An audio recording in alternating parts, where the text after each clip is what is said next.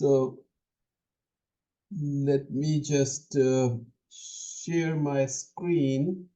So we're going to start the grand round. Good afternoon, everyone, or good evening. Let me just open up this and share my screen. So today we have a great grand round, which is by our colleague, Dr. Yasmin Hemrani. She is going to talk about cardiac CT and discuss about coronary artery disease and plaque imaging with cardiac CT. It's an important topic. So Dr. Hemrani graduated from Rawalpindi Medical College from Pakistan, and then did her residency at St. Agnes Hospital, and did her cardiology fellowship at University of New Mexico, and then did excellent, extensive imaging training at UCLA and also at University of Virginia. And we've been lucky that she joined us almost about a year ago, and has really helped us a lot with all the imaging stuff. And she's also the director for structural imaging and also for structural imaging research, and has been also very actively involved with research, and has published about 45 manuscripts, over 100 abstracts. And the fellows love her teaching. She gets all the fellows involved with different conferences, and we are so lucky that she's part of our faculty here. So let me just go over some of the housekeeping stuff. Let me just share my screen. So, and can you see my screen or not?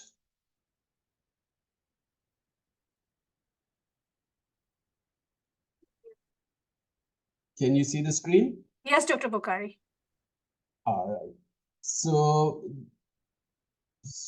for your CME credit for the session, you can text 20399 at the phone number listed here.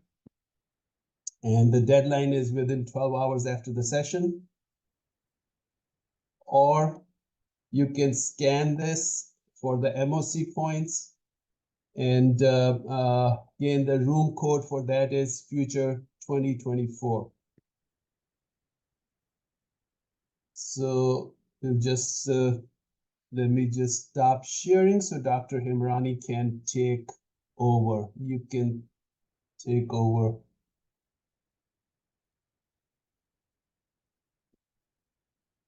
You got it? Yes. Thanks, Dr. Bukhari. Good. Can you see my slides in the presentation mode? Yeah, it is presentation mode. It's good. Okay, wonderful. Good evening, everyone, and thanks for having me today for today's cardiology grand rounds. I have a lot of fellows sitting here with me, so fellows, is it going to be okay if it presents like that? Because in Zoom it has to be in a presentation mode. Okay, very good. So today we are going to talk about coronary CT angiography beyond anatomic luminal stenosis assessment.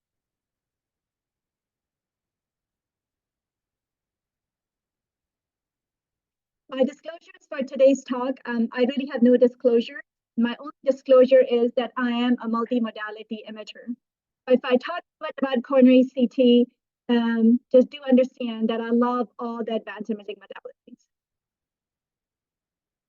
If we talk about coronary CTA, way before even I got involved in cardiac imaging, it all started with coronary artery calcium scoring.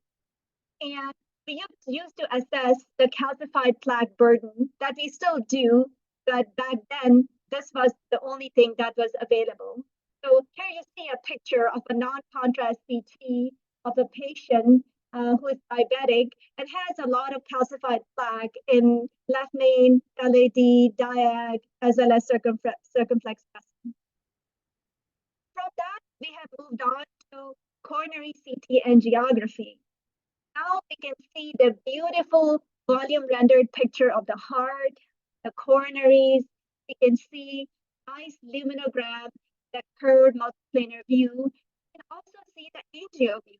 We can literally see ourselves in the cath lab, do a diagnostic cath while we're sitting at our workstation looking at coronary CT images. I can't start my talk without quoting this paper from Stefan Achenbach, who is no doubt the grandfather of coronary CT. This is the paper he published in 1998 in New England Journal of Medicine that electron beam computed tomography, which did not have very good image quality, but this was the first time he presented coronary CTA data on an EBCT. Come along a long way. Now, coronary CT angiogram is used in patients with acute chest pain as well as in patients who have stable chest pain. So if you look at the SCCT recommendations in patients who have stable coronary artery disease, this is indeed a first-line test for patients who either have typical or atypical angina, in patients who have coronary anomalies, assessing coronary artery bypass grafts, assessing coronary artery stents if the diameter is above 3 millimeters. But if you have PICC studs and if you have, even if you have less than 3 millimeter stent diameter, still you can interpret the coronary artery. CTA has shown to be having excellent diagnostic sensitivity and negative predictive value. So this is a test which is used to rule out disease. So somebody who has a negative coronary CTA definitely does not have concerning coronary artery disease. Because of the same reason, the European Society of Cardiology guidelines have included coronary CTA as a class recommendation for assessing symptomatic patients who are suspected to have coronary artery disease. And if you look at the NICE guidelines from the beginning, from 2016, this is the first-line test for assessment of CAD.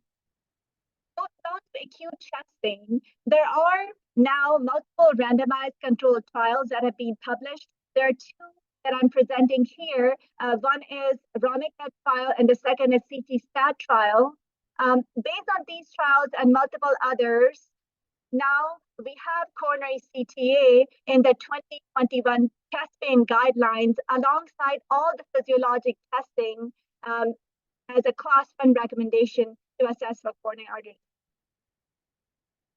This slide shows comparative data between CTA, echo, CMR, SPECT. And if you look at the sensitivity of coronary CTA compared to the other modalities, it's way up there, 0.95, 0.94. If you look at the specificity, it is equal to what it is for other imaging modalities. Now here, we don't have cardiac PET involved because this is a little bit older data. ROMICA study have also looked at the cost effectiveness of coronary CTA, as well as the time to discharge. So if you look here, patients who underwent coronary CTA, they were discharged sooner. The total cost in the ED was way less compared to individuals who underwent physiologic stress testing. And if we look at the major adverse cardiac events down the road, they're similar between the two groups. In this background, let's look at this data from the PROMISE trial that look at non-obstructive coronary artery. As you know, anatomy in the cardiac cath lab and anatomy on a coronary CTA. If you anatomically assess for coronary artery disease and you have mild disease, interestingly, the major adverse cardiac events were noted in patients despite the presence of mild coronary artery disease. However, on the other hand, if you look at functional testing, the major cardiac events were lower.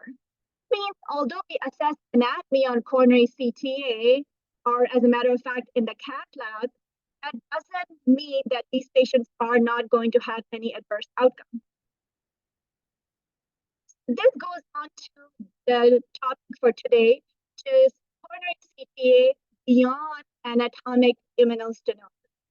We are going to talk about events or potential future implication of one of these, which is coronary FFR, assessment of plaque, as well as assessment of peri-coronary fat, which is also called fat attenuation index. Further factor for reserve assessment. We have all learned from phase 2, and deferred trials that FFR-guided management to perform or defer PCI in patients with stable coronary artery disease is safe. Not only safe, it reduces the long-term major adverse cardiac events. It all started the assessment of hyperemic FFR, and now we use IFR without using adenosine in the cath lab. And if you look at either of these cutoffs, if the patients are deferred based on negative FFR or IFR data, it does not affect your major events down the road, and it is a safe approach. Invasive FFR, CT-FFR, because now we are assessing functional significance of these stenosis.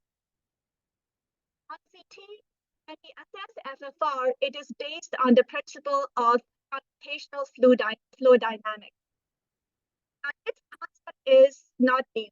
This has been used in automotive or aircraft industries in testing and design, and it quantifies fluid velocity and pressure. And this has been used to solve blood flow equations for almost 20 to 30 years. This was first used in carotid bifurcation by Herthold et al. And Taylor and his colleagues first implemented this concept in abdominal aorta, and they moved on to assess flow in coronary CTA. And the equation that's used to solve these computational flow dynamics is called Navier-Stokes equation. What happens is when you do a coronary CTA, you have the anatomic model, which is extracted from the coronary CTA data.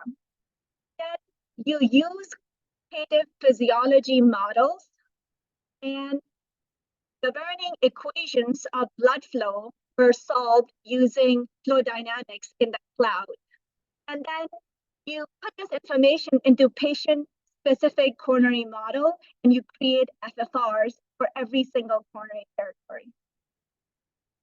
The FFR, what does it involve? Like we just looked at, it assesses the 3D anatomic model of the heart, then assesses boundaries, inflow and outflow, and demonstrates coronary physiology during maximal hyperemia. So it increases resistance in the peripheral vessels by a factor of 0.24. So it creates the environment that's created by 140 mics of adenosine infusion over three minutes. And then using these numerical calculations, it creates a form. This is an example of a 65-year-old woman with typical angina, had a calcium score of 333 with a moderate disease in proximal LAD. You see that moderate disease. When FFR data was applied to this proximal LAD, if you look here, the drop in FFR is 0.85. In order for it to be significant, it has to be below 0.8. So although anatomy-wise, it looks concerning, but in terms of flow, this disease is not significant. See another patient. This is a 63 years old male with a calcium score of 245, had atypical chest pain and similar moderate disease in proximal LAD.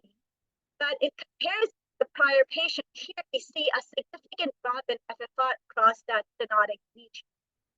This is more physiologically concerning compared to the prior patient.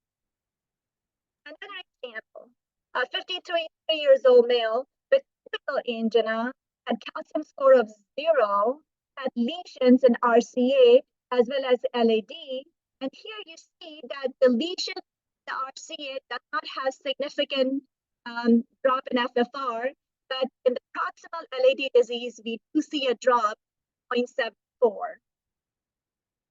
This is physiologically significant stenosis. Now, how do we interpret the FFR CT value? If the values are above 0.8, it is not hemodynamically significant. And if it's below 0.75, it is hemodynamically significant. Now, there is a borderline zone, which is between 0.76 and 0.8. Now, as we all know from the cath lab data, when you assess FFR, it's a pullback gradient. Similarly, in CT, it is sort of pullback gradient, and it is a continuum. It's not one value. The values are changing across that coronary vessel. So there has been data that if you want to defer PCI based on CT-FFR data, it can safely be done. Moving on from assessing FFR to assessing delta FFR. Now, this is a concept that has been tested in multiple studies. It's also called translesional FFR. So when you see different values across a coronary artery, sometimes the value that's way distal in the vessel is not representative of the pressure drop across most stenotic area. So in delta FFR, you can assess the difference between the upper and the lower part of the segment that you consider being stenotic. This cutoff has been reported differently by different studies. One study has reported the drop of 0.12. Another one, it was reported to be 0.06. Now, delta FFR, FFR value on a coronary CTA could be low, could be less than 0.75.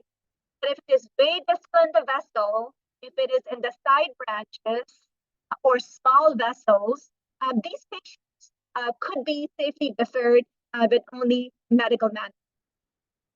These are examples of delta FFR, where you can see that in the first example, there's a drop in FFR to 0.09 versus the second and the third, where the drop in FFR is 0.3, and one after that is 0.45. The values may change. Like I said, this delta drop, it has it could have quoted different numbers, but above 0.06 is considered significant based on studies. This is another example of assessing this translesional FFR when you're looking at the analysis. The same example that I quoted before in someone who had two serial lesions in LAD, usually pressure in the aorta is considered 1. So here, the drop across the first lesion is 0.7, but if you look at the second lesion, the drop is 0.66, so the delta FFR is about 0.08. So to assess serial lesions using the delta FFR values. This is another example, but someone have diffuse disease. All what you see is there is a drop to a significant value way at the distal part of the LAD, which is 0.72. This is a marker of diffuse disease, not focal disease. This is also seen in people who have microvascular. Another clinic representation of focal lesion versus multiple serial lesions, which are present in the entire lumen of the vessel, or a very long segment, multiple diffuse lesions. Now, in patients who have intermediate CT-FFR, which is between 0.76 to 0.8, what do you do with these? Can we safely defer invasive cardiac cath on these patients? This is a time when other areas of the CTA should be considered. So if you have an intermediate CT-FFR, you want to look at the coronary CTA and ask that question. And this is something that has been interpreted by CT readers, is if there is any presence of high-risk plaque. If there is plaque, what is the total plaque burden? How many vessels are involved? And also look at the delta FFR value of these patients. Now, this is a study that enrolled retrospectively 11 international cardiac centers in 5 countries, and patients who had acute coronary events and had a CTA done 1 month, 2 years prior to ACS event. And when they ran the CTA images using FFR analysis, they did document in this trial, multi-center trial, that there was a significant drop in FFR across all of them. In CT era, currently only FDA-approved vendor for FFR is Herschel that uses a computational flow dynamics. Similar principle is also used by Canon and Siemens, but they are not FDA approved. And a lot of centers have now started using artificial intelligence-based deep machine learning algorithms. The beauty of once it gets FDA approved and being tested extensively is that you can do it on your own computer. You don't need to send the data offsite to the computer, super computational modeling for you to get this FFR result. That kind of makes it expensive to assess as well. Now, what are the pitfalls of CT-FFR? Now, do we have the answer on CTA? We do have the anatomy. Now we have the FFR values. So are we good? Are we all set? We don't want anything else on CT? No. What do you do? If you have extensive, severe coronary calcification, if you have a bad image quality, based on literature, in one paper, about 11 to 13% of the CTs were rejected because of bad image quality. However, with certain changes in the algorithms, now the acceptance rate has gone up and about 4% has been rejected, but it varies from center to center. There's no clear information about how to assess bypass grafts using CT-FFR and how to deal with CTOs in patients. What if there is collateral stimulation? What if there is microvascular disease? And like I mentioned, you need to send these images to an outside lab, and there is time. So the turnaround time is between 1 to 4 hours to use Artro for analysis. Now, the question that we are trying to answer here is that there could be a disconnect between anatomy and physiology. I'm going to give you some examples. Tested in various studies, like here I'm talking about advanced study and FATE trial. About 28% of CT stenosis, more than 70% that you and me would say it's anatomically significant, but FFR negative. 20% of CAT stenosis, more than 70%, but FFR negative.Moving on, intermediate lesion, 50 to 70% range, it has even more discordance. 65% were negative, either CT or CAT FFR. On the other hand, when you have 30 to 49% stenosis, which in our mind is not concerning, it could be FFR positive. There's clearly a disconnect between anatomy and physiology despite using FFR on CAT or CT. Now, there are multiple trials that have been done to validate FFR on CT with a very high degree of positive predictive value. However, the specificity has increased compared to CTA alone. Like I said, coronary CTA is a test that is used to exclude disease. But if CT is positive, you want something that's more specific. Truly, FFR does offer and improve the specificity. So these are landmark trials, Discover Flow, De facto, NXT Cohen trial. There are several other trials that are published since then, include specific trial, advanced trial, Syntax-3 Revolution trial, and all have shown very good results in regards to assessment of FFR.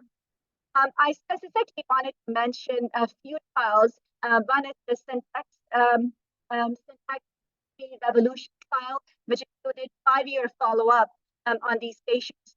And at 5-year follow-up, if you do the Syntax score on CTA versus on CAT, they are pretty equal. So if you decide someone needs to go to PCI or CABG based on Syntax score on CTA, those patients did as good as patients where the Syntax score was calculated on cardiac CAT.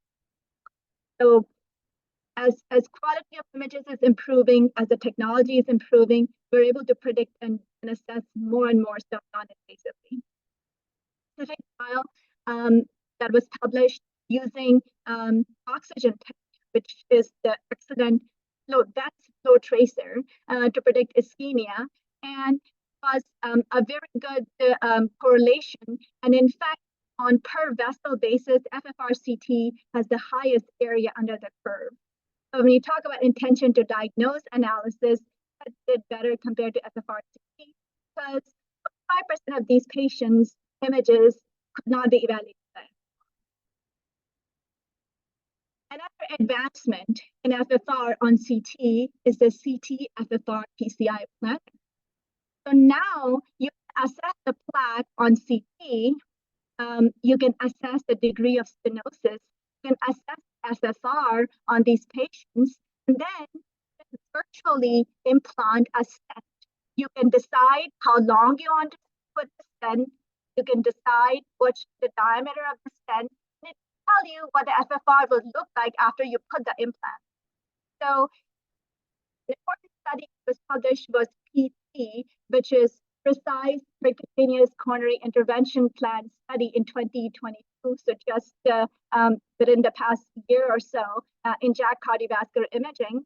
And this is an image from that paper. Again, we're looking at this continuing of FFR across the coronary artery, and very good correlation between CAT as well as CT, no matter you use Glenn-Altman plot, correlation plot. And when you plan the PCI based on the FFR-CT values, post PCI FFR values correlated in real life versus on the virtual planner. Very interesting, exciting stuff that is coming. Now there are other trials like I mentioned that has shown very good correlation and very good outcomes if only CT-FFR was. We are awaiting results of P4 randomized controlled trial where comparison has been done between IVUS-guided PCI and CT-FFR. So the functional information is only obtained from CT, and you are getting the plaque effect on the cath lab and their primary endpoint events. The results widely awaited.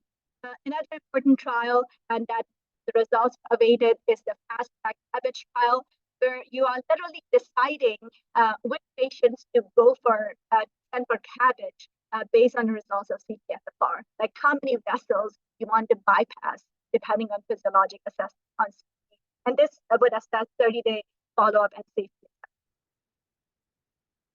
Moving on from CT-FFR to an important aspect that you can get when you use those computerized programs to assess the anatomic model that you created on the CT. And this is the CT volume over mass ratio. So you construct the CT images, you assess the coronary volume, you have the whole data set, you assess the myocardial mass based on these CT images, and then you use allometric scaling. And based on these results, you can assess how much vessel volume exists in a patient, and then how much is the myocardial mass. This can be assessed globally, or you can assess mass that is supplied by individual coronary territories. So here's an example where you have a global assessment of volume over mass ratio on the right top hand corner of this slide, and then the other three shows LAD circumflex and RCA territory assessment of volume over mass ratio. There is a very correlation between volume over mass ratio and FFR. The correlation, the R is 0.06. Looking at data from multiple patients who has undergone CT-FFR and looking at their global or territorial volume over mass ratio, we have seen different values. Now, usually, if you have significant FFR-CT, your volume over mass ratio goes down. And this is again a display of bar graphs and a histogram of 3,000 patients who had coronary artery disease and had coronary atherosclerosis on CT. Now, This slide shows that when you have a low volume over mass ratio, there are two reasons. Either you have disease in that coronary artery, or you have high myocardial mass. And a very good example of that is patients who have hypertrophic cardiomyopathy. These patients have normal coronary volume unless they have obstructive disease or diffuse plaque in the coronary arteries, but they have very high myocardial mass for the volume, and that is a poor prognostic marker. This volume of mass ratio has been tested against FFR. It has been shown to have very high sensitivity, and it increases your area under the curve if it's added on top of your FFR results from the CT scan. The added advantage, like I said, more and more we can do on CT now based on these new programming. So looking at sensitivity, specificity, accuracy, positive, negative value all goes up if you include the volume over mass ratio into the FFR data. Now, this also has some pitfalls. If you have collateral circulation, also this is a resting parameter, so it cannot really assess ischemia that you can elicit if you put somebody on a treadmill or do a pharmacologic stress. Multiple trials have been done and are ongoing, including the data from big centers that is correlating data from SPECT, PET scan, and FFR CT into volume over mass ratio. There has been differences in this ratio in men and women because females tend to have low myocardial mass, and also ethnic differences has been reported. So a lot that needs to be sorted out, but this is an active area of research. The other thing that we assess on these CT-FFR images, assessing either axial plaque stress or assessing vessel wall stress. And more so, the data is very strong for axial plaque stress, which goes up and goes down. The values change significantly in a lesion that has obstructive coronary arteries. Moving on from FFR CT assessment to plaque assessment on CT, which is another exciting area of coronary CT. As we know, when we look at the coronary CT and we're assessing different coronary vessels, the plaque exists either as a focal lesion, it can exist as multiple focal lesions in different coronary segments, or it can be a discrete area of severe stenosis or multiple areas of discrete stenosis. So this is coronary tree that depicts that. Now I'm going back to Thomas trial where we noticed that patients who have non-obstructive disease on anatomic data, patients still can have bad prognosis despite having mild disease. We are trying to search for what are we missing on this anatomic testing. So we just talked about FFR, we talked about the volume or mass ratio. That's what else we need to assess on these patients. This is the most brand new CADS-RADS updated classification, which is CADS-RADS 2. We used to talk about just stenosis, then we started talking about plaque on these CT guidelines. And now every interpreter all across US and whoever follows these guidelines is trying to also assess presence of plaque in the coronary arteries. Now, plaque burden based on the most recent guidelines is visually assessed. So either you assess coronary calcium score, and you can say there is mild, moderate, severe plaque, or you can assess segments and amount of plaque just visually. Now, there's more to it than that. Now, there was a modifier called vulnerable plaque that was reported in the prior CADS-RADS reporting system. It has been changed to high-risk plaque. Now, what is high-risk plaque? If we talk to our fellows, they try to look for it in every single CT we read in our daily, day-to-day reads. There is presence of positive remodeling. So if you look in the figure B, if there is increased diameter of the vessel because of plaque, because plaque is going outwards, the luminal diameter increases more than 1.1, and that is positive remodeling on a CTA. Or there's presence of spotty calcification, those tiny calcium that you see throughout the vessel. usually should be less than 1/3 of the diameter of the vessel, and they are usually 3 millimeters diameter that we assess. Another important factor is low attenuation plaque, really low attenuation, like less than 30 Hounsfield units that we can assess based on the number. Or if there's presence of napped ring sign, where you see a dark lumen surrounded by hyper attenuated area around the plaque. Another example of same high-risk lesions. These high-risk lesions on CT has been correlated with high-risk plaque on IVUS. And there is very good data that shows excellent correlation. But what is the importance of these high-risk plaque on CT? How that we code a lot in our literature is the Scott Hart trial. Very well done study. This is the data published by Williams in Circulation in 2020. Despite the stenosis, if there is presence of low volume or low attenuation plaque, it is on univariate or multivariate analysis a very significant predictor of fatal or non-fatal MI upon follow-up. And this trial, we have data for 5 years, but this still has a very high hazard ratio for bad outcomes if there is presence of low attenuation CT plaque. Similarly, in ICONIC study, patients who have presence of stenosis, but if you look at the plaque, and if patients have mostly calcified plaque, calcified dense plaque is 1,000 Hounsfield unit plaque, this is considered a stable plaque. On the other hand, if there is no Hounsfield unit plaque, that's a predictor, a strong predictor of bad outcomes for coronary events. So again, on coronary CT, we started with anatomy, we looked at FFR, we moved on to delta FFR or translesional FFR. Now we are looking at remodeling index, low Hounsfield units, we are looking at axial plaque stress, we are body calcification. All of these things, they add up on each other. So the aggregate information gain is higher and higher as you try to incorporate all of these into your analysis model. Now we have quantitative CT softwares available. So in the past, we used to assess plaque using visual assessment, like I said.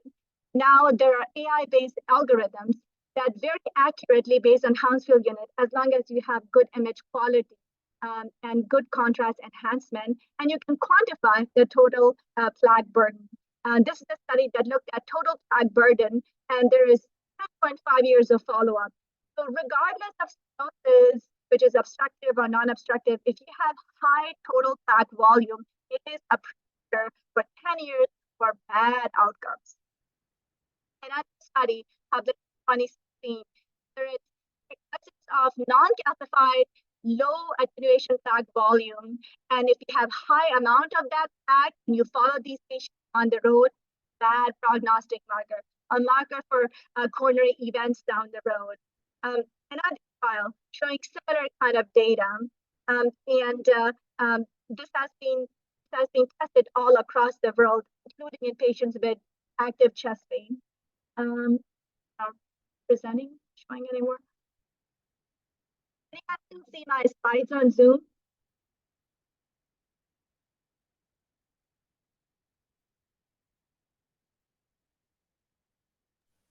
I see your slides. Okay, sounds good. For some reason, it's not displaying it on the computer here. There you go. Okay. I want to move on to ischemia trial where people with advanced stable coronary disease were studied. And on top of your baseline characteristics, including female sex, diabetes, hypertension, again, presence of total plaque volume, as well as total non-calcified plaque volume was a marker of bad prognosis. ICONIC study has shown similar data. Now, quantitative plaque assessment is overall the best predictor of future cardiovascular events. It predicts plaque progression, and it is associated with future culprit lesions. And also, this can be used to monitor therapeutic response. For example, change in plaque composition from soft plaque to more stable calcified plaque with treatment. statins or aspirin. Now, like I mentioned, if you visually assess the plaque, there are limitations, but these deep learning, machine learning algorithms, and there are several companies that have put this forward, including Clearly, HeartFlow, and several others that have very good data that is reproducible. How the coronary CTs are constructed based on sharp kernels, what voltage is used, what's the Hansfield unit enhancement in the coronary arteries. And all this data is put in on deep machine learning algorithms. All these things needs to be adjusted. Similarly, the voltage. Usually we do calcium scores at 120 kV. A 10 person, we use 80 kV. An obese person, we use 120 or 140 kV. You can change how your plaque attenuates the coronary arteries. All of these needs to be adjusted. The most recent thing in CT era is the photon counting CT, where you can literally, when you look at the blooming from calcification, you can get rid of that blooming. You can clearly assess how much soft plaque is present in a coronary artery. A lot of exciting stuff that is to come in future. This is the data that was the basis of Dr. Min forming the Clearly plaque analysis company that is also looking at physiologic data. So in this study, which was published in JCCT, they assess the total plaque burden. So they are looking at two different factors. They're assessing total plaque volume in a patient, and they're also assessing percentage atheroma volume, so which is how much of the coronary luminal volume is plaque. So they propose a staging system. Okay, so of course, stage 0 is no plaque, but stage 1, 2, and 3 is mild, moderate, and severe plaque based on how much atheroma is present. So more than 15% percentage atheroma volume is considered severe plaque. And if you look at just the total plaque volume, if it's more than 750 millimeters cubed, that is considered severe plaque. So look at all the data so far. Look at the most updated PASRADS guidelines. It doesn't talk about plaque quantitative volume. Now we can assess it because we have these deep machine learning algorithms that helps us interpret this data with great accuracy at infrared and dropsimer correlation. This is some example pictures from that data. And on the right side of the screen, we have stage 0 disease where there is no plaque. Stage 1 disease, there is mild plaque, and now they are quantifying how much is total atheroma. Now, in this slide, on the right-hand side of the screen is stage 2, which is moderate plaque. On the left side, there is severe plaque. Whether it's calcified, non-calcified, there is positive remodeling where the plaque bulges out and calculate exactly how much plaque is present. So if you try to treat patients with medication, assess how much improvement you have done based on total atheroma burden. When we look at the 4-year risk of major adverse cardiac events by CAD staging, patients who had extensive stage 3 plaque, they had higher risk of cardiac events. You look at patients who have disease, 1-2 vessel, 3-vessel disease. You look at patients with ischemia or non-ischemia. Total amount of plaque burden was an excellent predictor of ischemia, 3-vessel disease, future revascularization.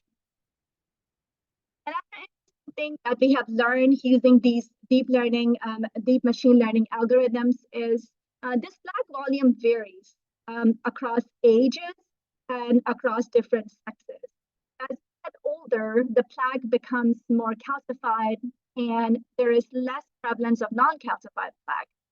Similarly, in women, they tend to have more non-calcified plaque than men, and the amount of calcified plaque burden is slightly higher in men. When we do the trials and we mix and match all the women and men, we come up with results which may not be accurate. Maybe we need to do ethnicity-based analysis, or we have to do gender-based analysis. Because these have not been done, but this is the data that could be looked at with great accuracy down the road. Now, And let's talk about coronary plaque assessment. Let's move on to the third exciting era in coronary CT, which is assessment of fat on coronary CT. This is considered the emerging biomarker for cardiovascular injury.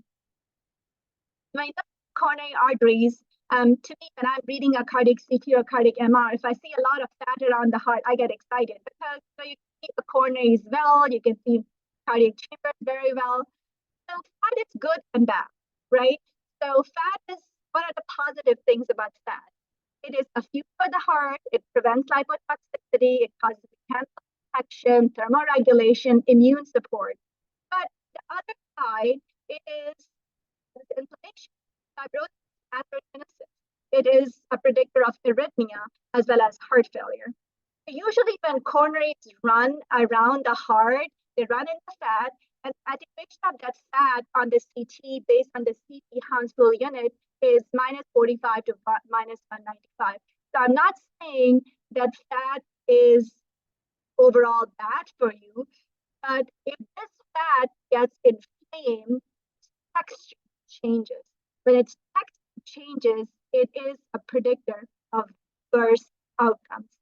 So the more negative the number is, the more it is a normal fat. But if that number becomes less negative, that fat is attenuated and it becomes a bad prognosis. So what is current data regarding fat attenuation index? So there is relationship with this and inflammation. Now a lot of this data comes from RCA and more so proximal RCA. It is sometimes hard to assess at this point in time fat attenuation index on LAD and circumflex, and fat does tend to attenuate more around circumflex coronary artery. LAD, because it runs along the heart. However, RCA runs 90 degrees perpendicular to the orientation of the heart. So it's easy to see it. Now, it is shown to be a predictor of acute coronary syndrome. It is shown to be a predictor of all-cause mortality and morbidity in many trials. If you look at fat attenuation, like I said, when the fat becomes less negative, so if your fat attenuation index is minus 70, not minus 190, this is shown in uni and multivariate analysis. We associated with, we talked about volume over mass ratio, stenosis, total plaque burden. This is in fact continuing along with other risk factors, an important add-on measurement to assess risk. The slide shows the same data about the adding predictivity of fat attenuation index. And this has add-on value compared to luminal stenosis, male sex, age, lesion length, as well as volume over mass ratio. As FFR becomes less, becomes lower, like less than 0.75 or 0.7, the lower the FFR value, the more strongly it correlates with the fat. So if we start doing patients who have low FFR and start assessing peri-coronary fat on these patients, we see altered plaque around, altered fat around the heart. Now, there has been some very trials that have been done. A lot has been done at Stefan Achenbach's lab in Germany and in Dan Berman's lab. And they have published data in JACC and JACC cardiovascular imaging. So this is one example where you can see that they used sodium fluoride PET. So sodium fluoride PET is a marker of inflammation. Now, there are patients with plaque in their coronary artery. If you look at the second row, you can see uptake of the sodium fluoride, which is inflammatory marker, into the coronary artery. So wherever there's plaque, there is uptake of sodium fluoride, showing inflammation. Same areas, when peri-coronary fat assessment was performed, we can see that those values are attenuated. So it correlates very well with the PET data. Now, how do you assess peri-coronary fat on CT? Now, there are some vendors. In fact, when I went to SCCT last year, there are 2 vendors that are regularly assessing peri-coronary fat on any CT scan. So you usually look at the coronary diameter and you you put the same diameter around the coronary vessel in a radial fashion, and then you're assessing the fat, putting the same console unit that you use for the fat. And if you are looking at numbers higher or lower, it plots it. You're seeing these histograms. The values are less negative. That's how you know that this fat has been altered or attenuated. And then you can do outcome trials based on that. This was published in Radiology in 2018, and again, presence of peri-coronary fat was a high marker of acute plaque rupture, and also spontaneous coronary artery dissection. And these are very interesting studies from they are from 2 case series. On the right-hand side is a 20 years old patient who presented with acute MI. And you do a cardiac cath on these patients, there is spontaneous coronary artery dissection. So when these patients underwent CT scan, you can clearly see around the coronary lumen that there is attenuation of the fat. You can see these hazy appearance of the fat, and that is attenuated. Similarly, the second case is someone who has CTO, actually not chronic occlusion, but acute coronary occlusion in somebody who has acute MI. And again, this CT image, you can see that the fat around the acute occlusion is altered. There's standing in that fat. And again, it's a marker that there is inflammation around the coronary vessel. These images, the first one is from another patient with SCAD, and the second one is from another patient who has STEMI, and you can see that just on the CT image without overlapping the fat attenuation index, that this fat changes its appearance. So you can visually assess it as well, but more so with having all these special programming. And this is how Stefan Achenbach had done and presented in Lancet in 2018, the way they're assessing peri-coronary fat on those patients. This is outcome data on these patients. If you have presence of the attenuation of the fat around the coronaries, it is a predictor, despite adjusting for all the other risk factors, whether you use FFR, you use the sex, you use diabetes, it is an independent marker of mortality and morbidity. Similarly, adding it to the other parameters increases your sensitivity, specificity, and area under the curve from 0.049 to 0.075. These are examples on someone who has, again, spontaneous coronary artery dissection, and you can see presence of attenuated plaque compared to a normal person on the right side. So overall, what do you take from today's talk? We have changed quite a bit in cardiology, and the reason we all get excited about cardiology is it is a field that's dynamic. It keeps changing. We all started with lesion-focused approach, and we are moving towards patient-centered approach. So patients, whether they have stable chest pain, acute chest pain, based on how the patient's inflammatory markers look like, based on how, aside from their plaque existence, what is their plaque burden, how their fat looks like, how their physiology is. That's how we can make a change in patients' lives. We can improve outcomes and also detect coronary disease sooner and treat it to prevent bad outcomes. Thank you for listening to me, and I'm open to any questions.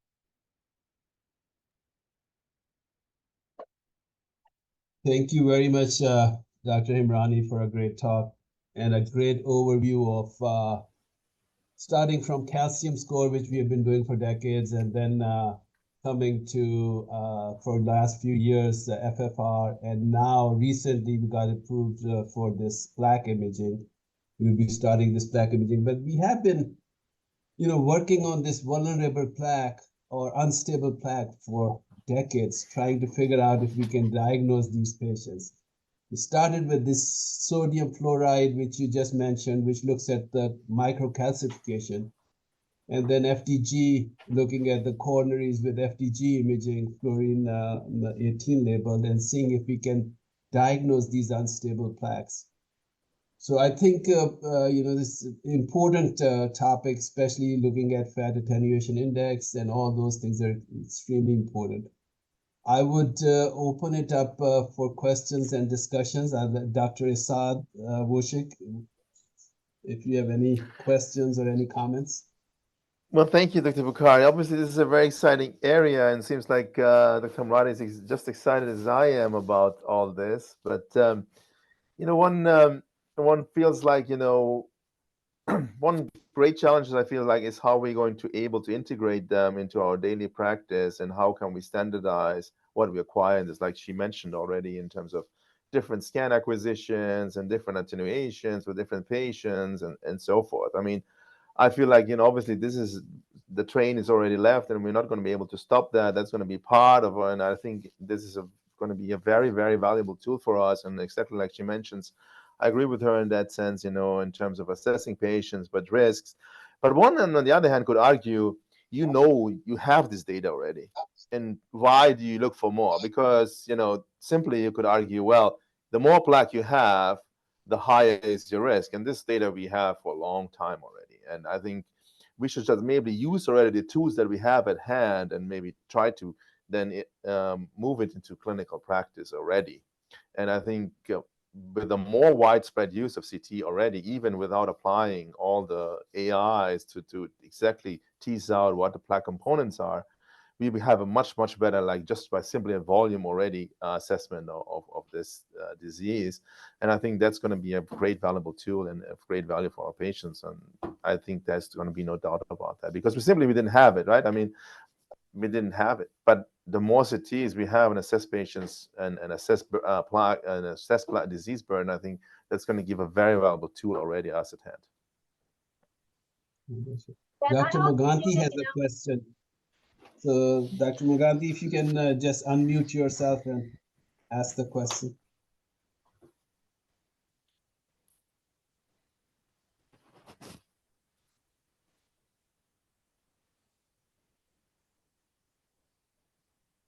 I think her question is, Dr. Imrani, her question is, can we give predictive risk scores for patients in the reports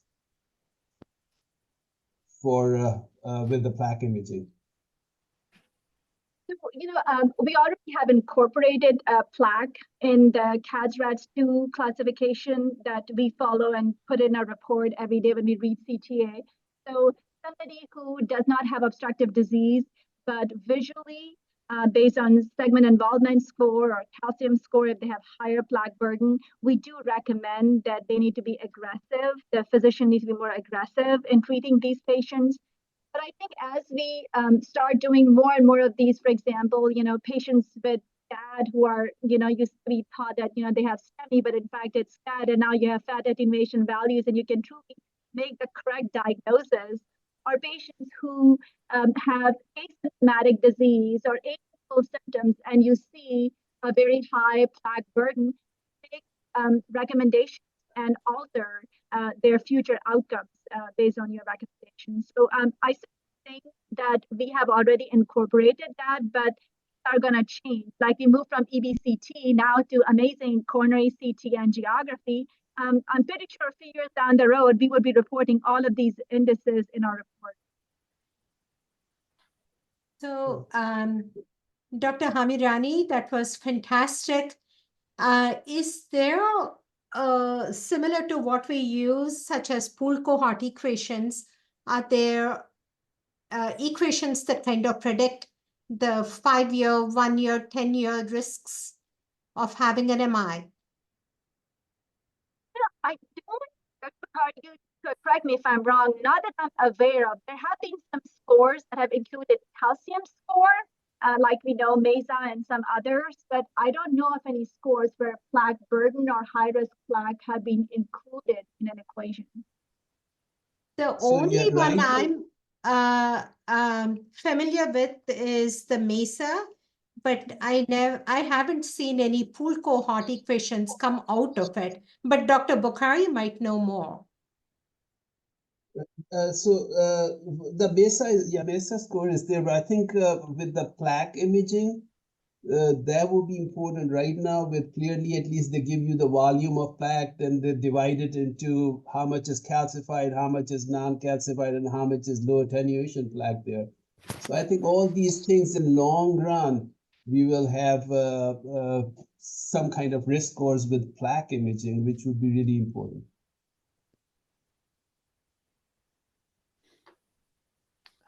I mean, I think like at the end, it's all going to be like, how much do you have? Because simply it's a logistics kind of, it's a stochastic issue, right? If you have like few plaques, I mean, if you have a lot of disease, obviously the risk goes up, and that's really known. But can we further divide that if we have more plaque characteristic? That's like what you said, Dr. Bukhari. Oh, it's a vulnerable plaque, and what's the vulnerable? Yeah, but yes, but maybe there's a vulnerable vessel, and there's like more and more. If more of the vessel is involved, then your risk is going to go up. And hopefully, at the same time, hopefully we're going to have other tools to treat patients more intensively. And that, I think, is another exciting area. You know, like, oh, what can we do even more, what we're not doing right now, and how earlier we could do it. And, you know, when I was in the lab, I had a postdoc who was with me, and he said, look, one day we're going to, like, MI is going to be a rarity because we're going to treat them already. And I laughed at him, but I think maybe he was right. And you may know him, Fabien Hiafil. He's in France now. He went back there, and he told us to me in the lab. So I give it to him. He may have been right, but we're not there yet. Or in future, we might be doing this with plaque imaging and doing hybrid imaging with PET, right? And seeing how much of those are inflamed plaques or not. And, you know, all those things in future hopefully would help. I mean, the fatty attenuation, right? I mean, you know, it's like, you know, the tool is like, it's a little bit, what's the chicken, what's the egg, you know, in terms of, you know, was it all after, you know, what happens? You had like what you mentioned, the SCAT example, or, you know, like simply if you have like worse plaque, I mean, they will be inflamed in some way. But the question is like, you know, and how sensitive is it if you treat someone? I mean, they showed all this data, but I think it's really at this moment still very experimental, not for widespread use. I mean, unless you have other thoughts related to that. But, you know, PET is just like a sensitive tool. On the other hand, though, the problem is the agents. We don't have widely available agents which we could just use, and so, you know, at the end, like, you know, I think a CT is a widely available tool, and if you can, as much as we can learn from it already by itself, I think that's, in my mind, is going to just give us the biggest back overall. I'm going to add to like sodium chloride PET, again, availability, and also just to construct those images and make sure that this is taken up by the coronary arteries. It requires a lot of post processing. But if you look at the fat attenuation on CT, you have an image acquired as a normal scan, and if you use some algorithms to assess the fat attenuation, it will be easier than using a sodium chloride PET, much easier. But again, this is in its preliminary stages. So I think it was an excellent talk, a great discussion. And thank you very much, everyone. Thank you, Dr. Salu. Thank you for having me. Hopefully we'll meet each other soon at some occasion. But I learned also about your like extracellular volume quantification on CT, which is something maybe we could connect regarding that. I think that's something for our tower patients especially. I think that could be exciting for us to do. Absolutely. Yeah. All right. Take care. Thank you. Bye-bye.